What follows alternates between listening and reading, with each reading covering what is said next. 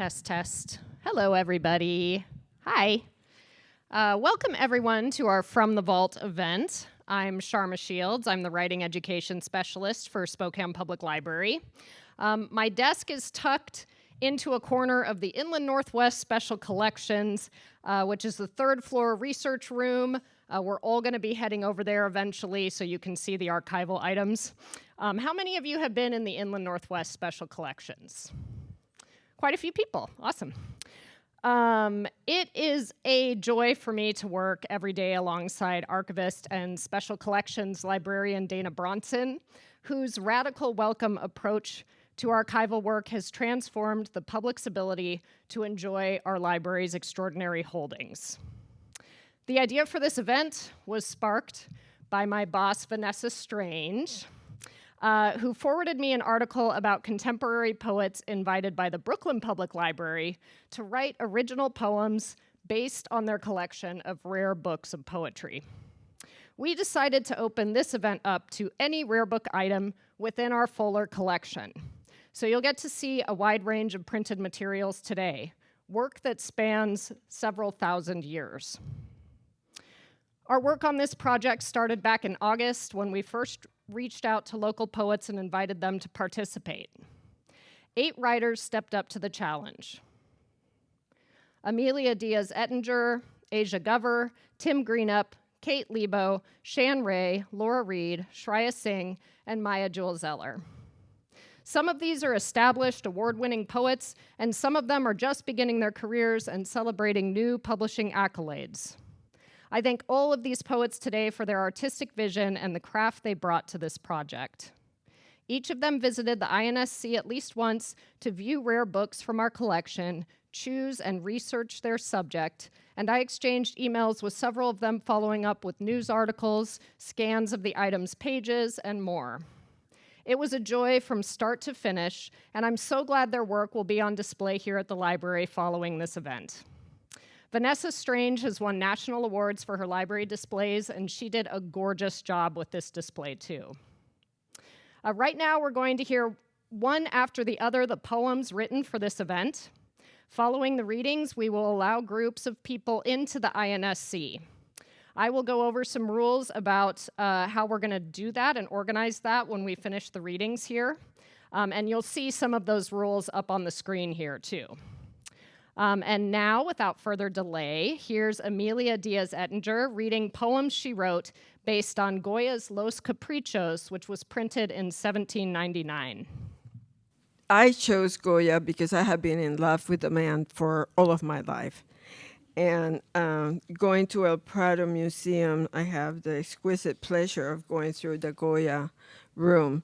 And one of the things that is so amazing is his Caprichos, which loosely translated are whims. That's the closest I can get. His Caprichos were political statements that he printed and passed through the town and kept the Inquisition right at his heels. I'm going to start with A caza de dientes. Goya sabía que los supersticiosos desmienten la ciencia y que el progreso dentro de la manzana los espanta. O piensa que nacen blasfemias contra feos dioses.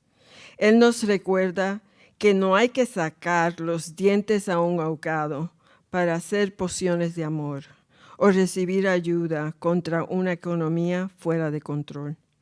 Que los que son diferentes no nos amenazan por su presencia. ¿Qué pensaría si él supiera que hoy todavía persiste la ilusión que hay que creer en un loco, el loco, que derrama brujerías y mentiras hasta que se arrancan los dientes? Out hunting teeth.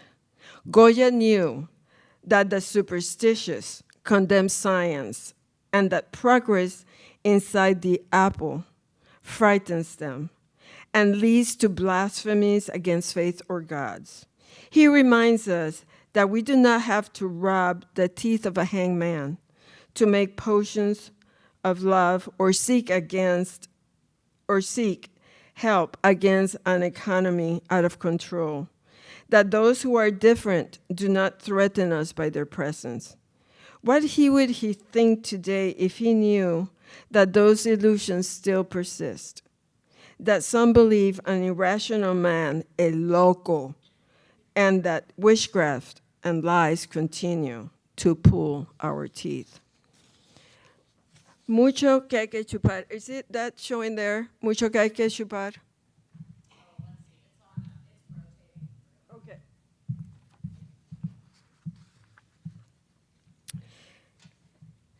Mucho que hay que chupar. You have to see that there is a basket at the feet of this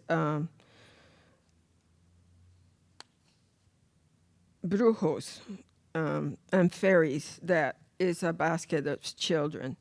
Mucho que hay que chupar. Cuando las noticias parecen transmitir falacias por certezas, estos son los vampiros que nos chupan sangre, pero transmiten inmunidades de terror hacia la gente que tienen acentos diferentes, que producen desdén por las necesidades mujeriles, que todavía se desesperan, para ser independientes. Hay mucho que chupar, pero más que celebrar. Y cesar a esos brujos y furias que pueden fabricar cestos de futuras generaciones. There is a lot to suck. When the news seems to broadcast fallacies for certainties. These are the vampires that do not suck blood, but transmit immunities of terror towards people who have different accents, that produce disdain for women's needs, who are still wanting to be a player, to have a voice, to exert power.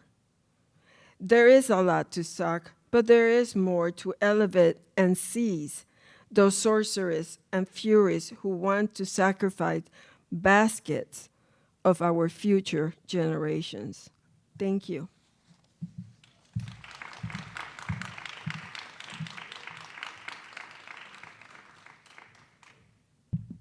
Hi, everyone. My name is Asyia Gover, and I wrote this poem with inspiration from Coyote Stories and Tales of the Okanogans by Mourning. Those are two different but overlapping collections of traditional stories from the Okanagan tribe and the Confederated Colville tribes, which Mourning was a member of both. I highly recommend looking up her life story. There is a little bit at the beginning of both books about her story, about her parents, her birth, and her experience of receiving these stories. And I'll read my note that goes along with this poem. Are we good here? Okay. So this piece is inspired by the story of how Salmon met his wife, Mourning Dove, the character, as told by Mourning Dove, the person, who was née Christine Quintasket, and by Rodney Frey, who cites Coyote Stories in the bibliography of his retelling titled Salmon Always Goes Upriver, an American Indian Epic. As a settler on interior Salish lands, I recognize that while these stories do not belong to me, one way I can show respect to the land and its keepers is by helping the stories proliferate. So this is after the life and stories of Mourning Dove. Wolf brothers, each wretched weaklings alone, collaborated to win women's work from Mourning Dove. Their developing love arrested in desire for want of action, calling her wife whom they'd never wed. Caressed dove chief's elk horns, kissed crevices drawn by flint fingernails, impressed salmon oil in his crimson cheek concealed. Thus Salmon had conquered his betrothed.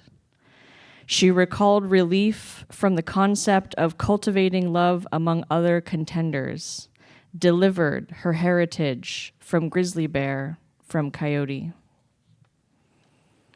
Scoured towering rock layers imply, Moses Cooley, that floods can still recede, revealing dry scrambles and palisades, and Mouse and her relatives still loyal to Salmon and his chieftainess, a man's authority derived from Earth's cooperation. That was After the Life and Stories of Mourning Dove. Thank you.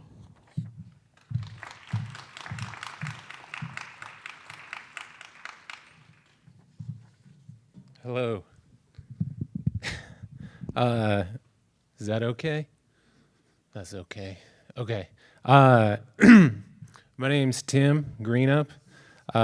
Reading a poem that is inspired by an image from the Nuremberg Chronicles. So when I came in and looked at the different materials in the archive, I was actually originally taken by this like book of Japanese woodcuts, and I took a bunch of photos of that, and I thought that's what I was going to end up writing about. But I had also happened to look at the Nuremberg Chronicles like for the last 10 minutes or so. I was in the archive and took a couple of photos from that as well.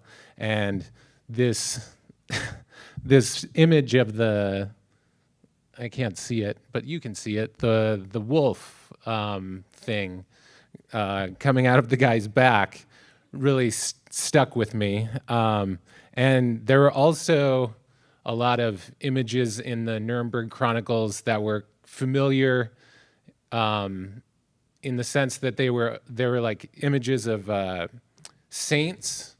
I think they were saints. They had like the circle halo kind of behind their head thing. And they were always getting like murdered and kind of had like indifferent looks on their faces as they were being killed. And so those things together wound up being this part of this poem. So this is called One Day. One day a werewolf sprouts from my back. Or not a whole werewolf, but like the top half of it. Furry torso, clawed hands, trademark snout, and yellowed fangs. I wasn't looking, and the beast ripped right through me, yanking me back into an earlier form of myself, a form that refused order or the calming trill of the heavens. I was alone amongst the dry hills. The sun was out brightly, making a real splash. It was almost annoying, like the sun was showing off some new intensity. My back snapped and snarled, hot under its black fur. Clouds of dust like dreams blew occasionally by. From this hillside vantage, I could see soldiers in silver armor below. Glinting in the sun, they hacked away at a wise man. You know the type. Robe, long beard, always praying. A shining and radiant halo circled his imbecile head. There was blood sprayed all over the dirt around him. It was blobbing up. I'm sure his eyes were rolled back and looking for salvation in the summer sky. But any shred of God had burned off before lunchtime, and now there was only suffering to endure. The soldiers knew this, which was why they, over and over, slashed into the wise man's pure and simple body, reimagining him as a mound of meat, a soldier's preferred form. Good day, my fine fellow, I said to the wolf. Good day, my fine fellow, it said back, voice garbled in red. Quite the weather we're having. It huffed and spat, huffed and spat. What should we do next, I asked. Something savage, shocking, and vile, it said. Well, naturally, I said. What do you have in mind? Thank you.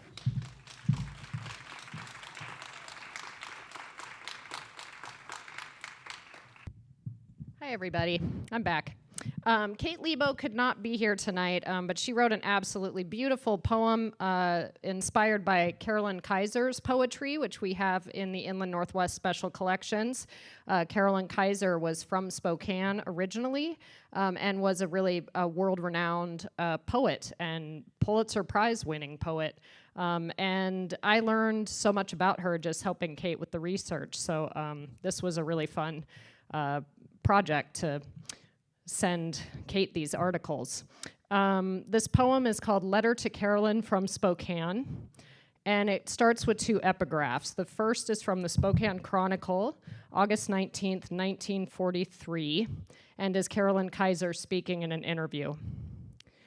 Poetry is an important means of communication only when you are speaking the same language as people about you. When you get off into the airy realms of the intellect and start talking to yourself, poetry loses its meaning. And she also has a line from a poem of Carolyn Kaiser's, Running Away from Home, and the line is, "Some people from Spokane are insane salesmen." The year you were born, Bing Crosby left town. He was called Harry Lillis then, but you were always Kaiser. At 17, you told the paper, "Poetry's no good when it talks to itself." I'm paraphrasing. To take my cue from you, I'll address this, whatever it is, a letter, a prayer, do I pray? To the city's most certain Caroline. Girl, there's something to that idea of yours, even if it's half wrong. In this part of the archive, you're young enough to be my daughter, so it's easy to criticize.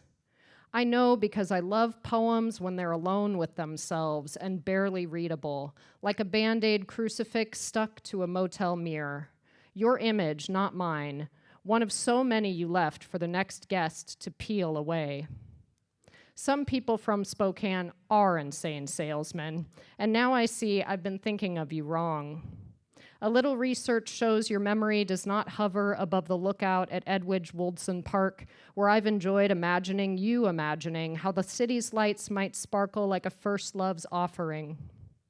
In the same fantasy, you skip gym at Lewis and Clark and sit on the bluff without ghosts as you nurture your self-possession amongst unpedigreed teens who, then and now, park to neck or smoke or stroke a multi-feathered faith I bet you shared, that a nice view of any kind, but especially this gasp-worthy flash of the city our Seattle friends still think is a cow town, can sure give a gal a sense of plot.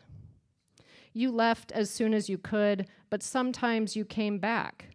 I have evidence. The medals, the speeches, the zingers reported by the spokesman 40 years after your first published poetry advice and 40 years before I scanned your clippings.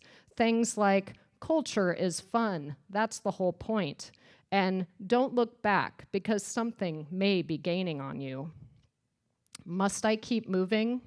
If I settle too deeply, will I become the foundation and not the splendid house? Your father's was a pillared place at the end of First Avenue with all the long-gone fine folk I thought I felt on walks around the block as I traced the river view like a fortune-telling crease. My first year in Spokane, I wrote poems under my own roof and talked to myself and was confused by ponderosas, those towering trees I could see right through as trains crawled our hill humming the same tune they sing in Vancouver. You know the words. There's a condo where your childhood used to be. What's it like to say you're from a place and believe it? Thank you.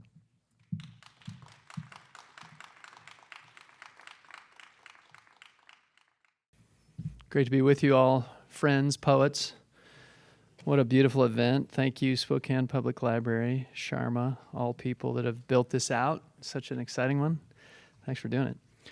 So William Blake, I think of William Blake as kind of a miracle force of creating and engine of verve, So such an amazing visual artist and also known for all of his poems, but this idea of the Ancient of Days, and he was always coming against the rudeness of hypocrisy in the church and in the state, which of course we're all still doing. And there's something attractive about coming against the rudeness of church and state because it's necessary, I think, and then also it's a little bit elusive because there's also the constant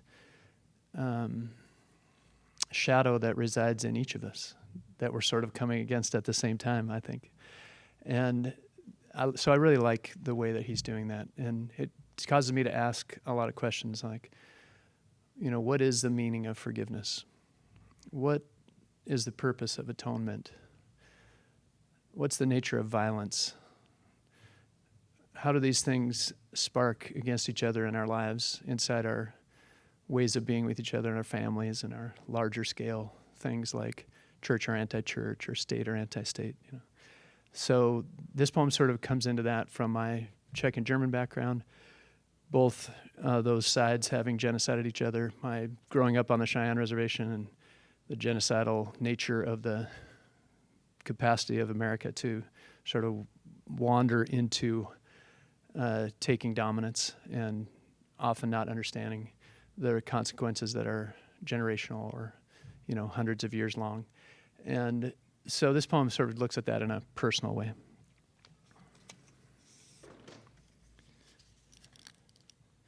And my daughters are featured, who happen to be here tonight, symbolically as one daughter in this poem, but three of them there. And they were all, as you might imagine, when you picture your own babies, we all know their birth dates and their weights. They were all in the 5-pound range. So they were tiny, and they would fit in my hand, literally. Poem after the first principle and foundation. In the marriage of heaven and hell, here in my thick dark bones, where the angels of reason and rebellion displace me. Here where God created grace, there is also William Blake, a living poem on the first principle and foundation. And in his beloved image, I find the first principle and foundation is love. And this is also where I hear William quietly saying, "Bring me my bow of burning gold. Bring me my arrows of desire. Bring me my spear, O clouds unfold. Bring me my chariot of fire." And what is your chariot and mine? But we all and each gathering our children in our arms to kiss their kind faces and lift them to the sun. So let it be said of me, certain discoveries contain unforeseen subatomic fusion. Like the resurrection bloom of light on my wife's face this morning, a daughter, a light in my big man's hands. A newborn's head at rest on my fingertips, her back and the tiny curved rise of her rib cage neatly fit to my palm. Her feet curled below my wrist, my hands under her, and later her form at rest on my chest. Oh, speak love in me forever, God. For while this daughter sleeps, her closed eyelids, her 5-pound and some ounces body, the rise and fall of her body contains galaxies. And the alpine sun over Two Oceans Plateau in the Beartooth Range on the southern Montana border.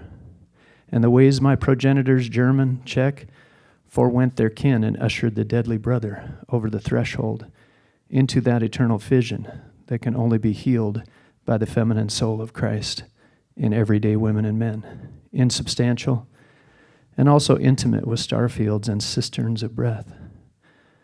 Poured out at Ladice, my 82 children, each one the one that was lost, found by our true sister, Maria Yukatilova, Kuchova, and our good brother, her husband, where the incarnate tilt of flowers remind us, lean in, don't cower. You found them again, God, and slipped them through the window of heaven, singing, oh, sing love in us again. God, give us the gift of this one alive asleep on my chest, bearing wounds too large to bear. Oh, breathe in us, breathe a little life. Let us forsake death with you, this one, your Alexis, which in the ancient tongue means defender of mankind. O Sacred Heart, now wounded, hear the Queen of Heaven speak your name. Listening, let us sleep in love with you, fearing no one, and waking to kiss the underside of this newborn daughter's wrist. Her fist at the tip of my finger, O image of the invisible. Her mother's love is your love, and I'm not afraid of death anymore. For you've told me today, rising with the dawn, I will be a man of peace.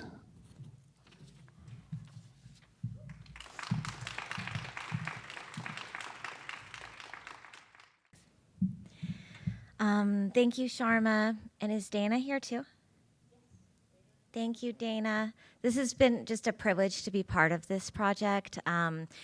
like Tim, actually, I was here the same day with Tim, and we were looking at all the different beautiful books, and I was really thinking I was going one direction. I was going to write about Kate Greenaway, who is a children's book illustrator, and I really love children's book illustrations. I love it how they just kind of float there on the page with all that space around them, and I was trying to make something of it, but I was having trouble, and then Sharma was like, how about witches? And I was like, yes, how about witches? And so, and one of my favorite memories in my life is that I had to give an oral book report when I was in the 4th grade, and it was on the Salem witch trials, and I had these note cards, and my hands were just shaking, and it was just terrifying. But then when I finished, I was like, I'm going to be a teacher. Like, I just had this feeling. I was like, that was also pretty thrilling. And so I'm very attached to witches for several reasons. And I'm also really fascinated by this book. What got me interested, besides it being about witchcraft, is the perspective of the author, Reginald Scott, and I'll be addressing that in the poem. The Discovery of Witchcraft. One introduction to Reginald Scott's 1594, The Discovery of Witchcraft, calls him a very dull, narrow, and ineffective little soul. It does seem hardly fair to criticize Reginald for lacking imagination, when really it was too much imagination that cost many women accused of witchcraft their lives. But his logical and endless explanations for why the accused women could not have committed their supposed acts of magic make me feel underestimated. Take, for example, my mother. She is old now, and Reginald says that among women, the old are the most likely to bewitch and to be bewitched. She wore a blue bucket hat to the art museum, where we had to look hard for a picture she would like, as she disdains landscapes and portraits of young girls in gardens. She explains that she prefers something a little ugly, so I was excited when we found The Critic by Leos Tiani, in which Tiani captured the critic's sharp protrusions and deep hollows. Reginald said, women were more likely to bewitch than men because they have such an unbridled force of fury that by no means it is possible for them to temper or moderate. Take, for example, my mother, who, when we saw an old friend of mine from college considering a pastel landscape, stood silently beside me while I was polite and then refused to say the things expected of her when asked how she was. She did not, in fact, miss the city where she lived for 45 years, or the university where she worked for 41, or in fact, anything from the past, which is over and not worthy of our time. I apologize to the woman with my eyes, which I understand is an act of betrayal tantamount to Reginald's. Reginald said that witches send out their hate in beams and streams, but beams and streams are usually made of light. My mother does not like the Impressionists' preoccupation with light, their paintings of the same cathedrals at all different times. She says, ha, light cannot be captured. Thank you.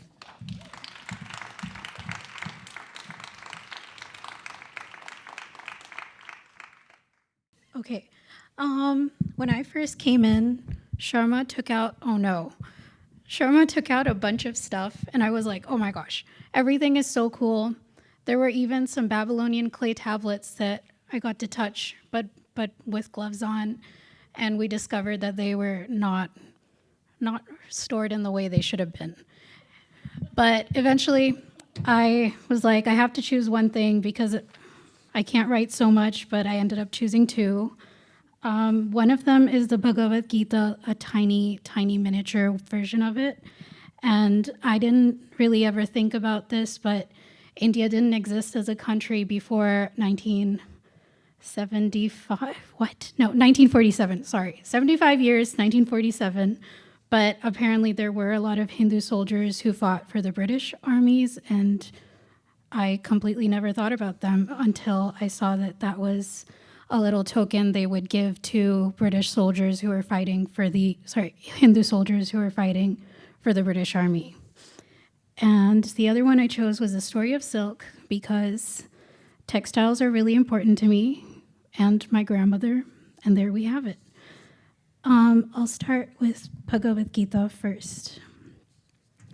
There's something about the gold at the edge of the pages, the gold on red and curling vines like sacred filigree that captures my gaze, my eyes following each edge and turning around and off and into the pages. Thin as a whisper beneath my fingers, so fragile and laced with inky black Devanagari, a script I can read but struggle to understand. There's something beautiful about the Sanskrit strokes about a language that would have died long ago had it not found solace on the tongues of priests and scholars and the prayers that I have grown up singing into sandalwood-scented temples and saffron-draped statues. This is what I think of as I flip the pages of this tiny Bhagavad Gita, a small piece of a myth that has been told for centuries in every home where I come from, of the greatest battle our world has known and the song that Lord Krishna sang to Arjun as they rode their chariot through the battle, the Mahabharata. Through golden arrows and swords and the lingering fear of loss, and I wonder about the irony of this tiny book being a talisman for men who fought for British men they didn't know, in lands foreign to their feet, with dust clinging to the edges of their skin and nothing else to remind them of home. There is a parallel here, two meandering lines that move but never touch, and yet I cannot find what it is in the little history that I know. On one side is this language, this fraction of a myth that Hindus call the Song of God, verses of wisdom that slipped from the lips of our blue god like music over the din of battle, love and honor bleeding over a battleground of loss. But on the other, there are the soldiers, the men of a country that didn't exist, fighting for the British in World War I. Many people forget about the Hindu soldiers that fought in British battalions, perhaps because it wasn't a time before India itself had been born. Many forget, too, what they were promised by their rulers, a free land, independence, a place to call home. I can't imagine the loss of a man who fights for a nation that is pillaged and wrecked and sown hatred in his home, in the hope that this battle between foreign powers will lead him to the promise of a nation to call his own, only for that promise to be revoked, rescinded, the dream of independence snatched away. Somewhere this loss is the same as the myth. There are where no victors rise from the wreckage, only a legacy of things to be forgotten, for tears to flow through foreign soil, for desperation that time will heal what hope could not. The only thing left now is to remember these men who were given a token of their gods in the last moments of their lives, a connection to home when home was already lost to them in more ways than you or I could count. This one is the story of silk. My mother keeps silk saris in the bottom of her closet, a sunset of shades and strands and types, Banarsi, Chanderi, Kanchipuram, Kashmiri, Tasar, and pulls them out on special occasions, on weddings and birthdays and the week leading up to Diwali. There is a gentleness in her touch as she unfolds the fabric, all 7 yards, her fingers grazing against the patterns, the flower booty and paisley prints, until she is slipped into the memories each strand holds, the touch they carry and hold on to and lay upon her skin as she drapes the sari around her, folding each pleat carefully until it rests on her shoulder like an accordion. It seems odd that the discovery of silk could be a mistake, that a single cocoon falling into Lezu's tea was the start, the embryo of a fabric that stretches across time and space. What I don't find odd is that it was once a well-kept secret, that the Chinese emperors kept the secret of silk within their shores, never letting a single egg slip past their borders. This luxury, this relic, they kept to themselves, and there's nothing I relate to more.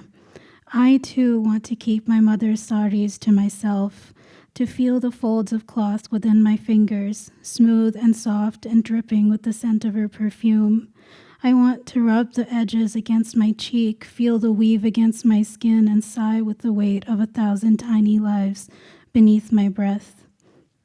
I wonder what it is about each strand of silk that gives me comfort. Perhaps it is the care of its creation, the endless warmth of the lives that are intertwined within each yard of silken cloth. Or perhaps it is that we value cruelty, that we worship the loss that is embedded in this fabric, the loss of life and the worms and the symbol and worth that such a garment once held. And as I wrap my own mother's sari around my body, I wonder how many hands have woven these strands and how many debts are embedded in each inch. I wonder how many people have touched the cloth that now touches me, on my arm and my waist and the narrow stretch above my shoulder. And I wonder whether my mother feels my touch when she drapes the sari I've worn over her body, whether she thinks of it as an embrace, as a way to love and be loved within the things that we share.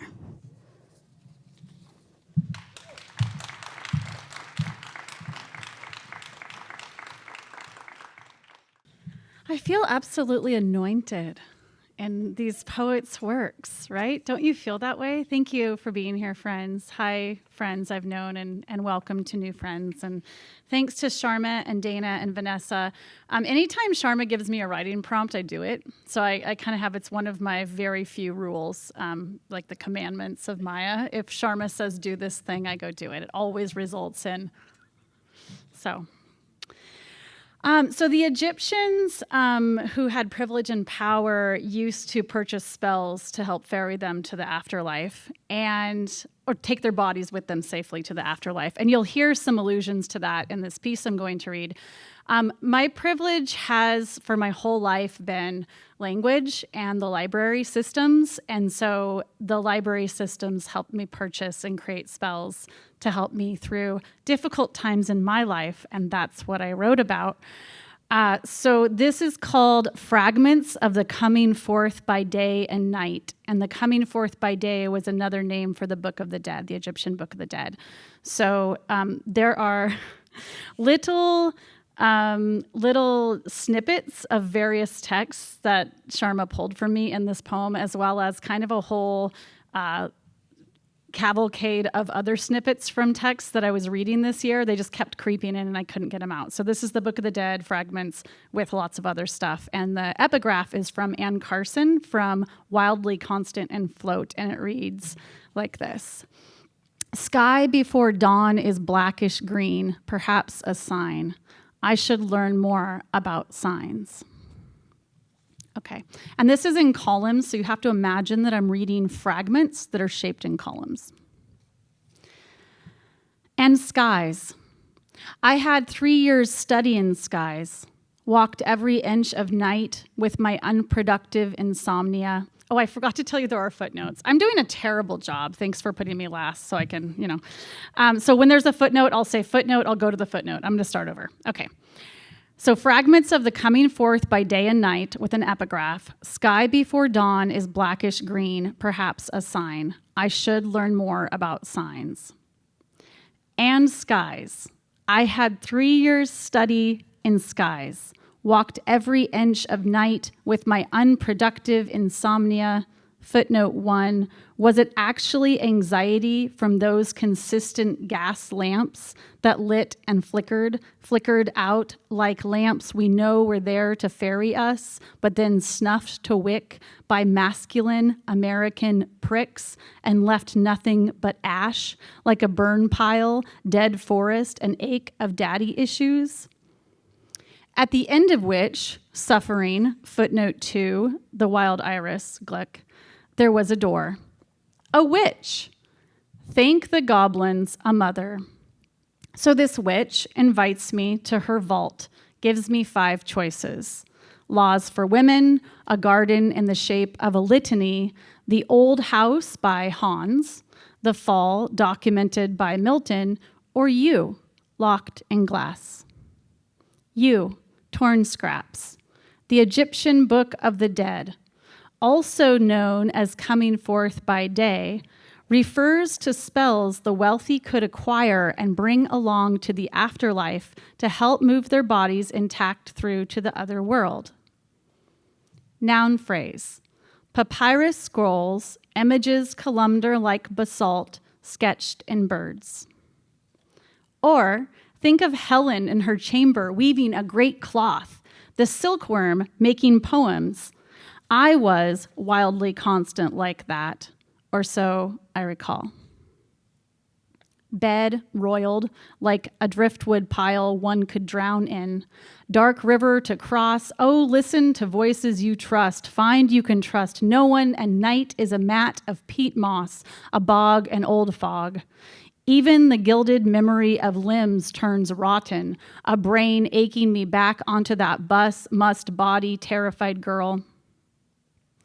How could a boy from a town with this Fibonacci-clad pavilion and a Letterman jacket and an easy grin become such a bleeping reaper? How could anything help get me through hell? Some are to make sure you can control your own body after death. I prayed to trees, ran streets of skeletons and fake webs, begged a burl, a curl, a fern, root balls, and I learned from my neighbor the curse of our house. Every woman who lived here divorced, sold the place, and died of strange disease. To keep the curse at bay, I buy this house. I've already bought, again, from my ex-husband. It costs twice as much. So the life I've sacrificed for, I now must give up, lock in order to live. In Chicago, I drooped past lions into the hall of clouds, of a ceiling loud with its own strips of light, a blue, a yellow, a blue, ribboned. Spoke to Remedios Varro, her array of crystals, a skeletal invention of a man on one wheel.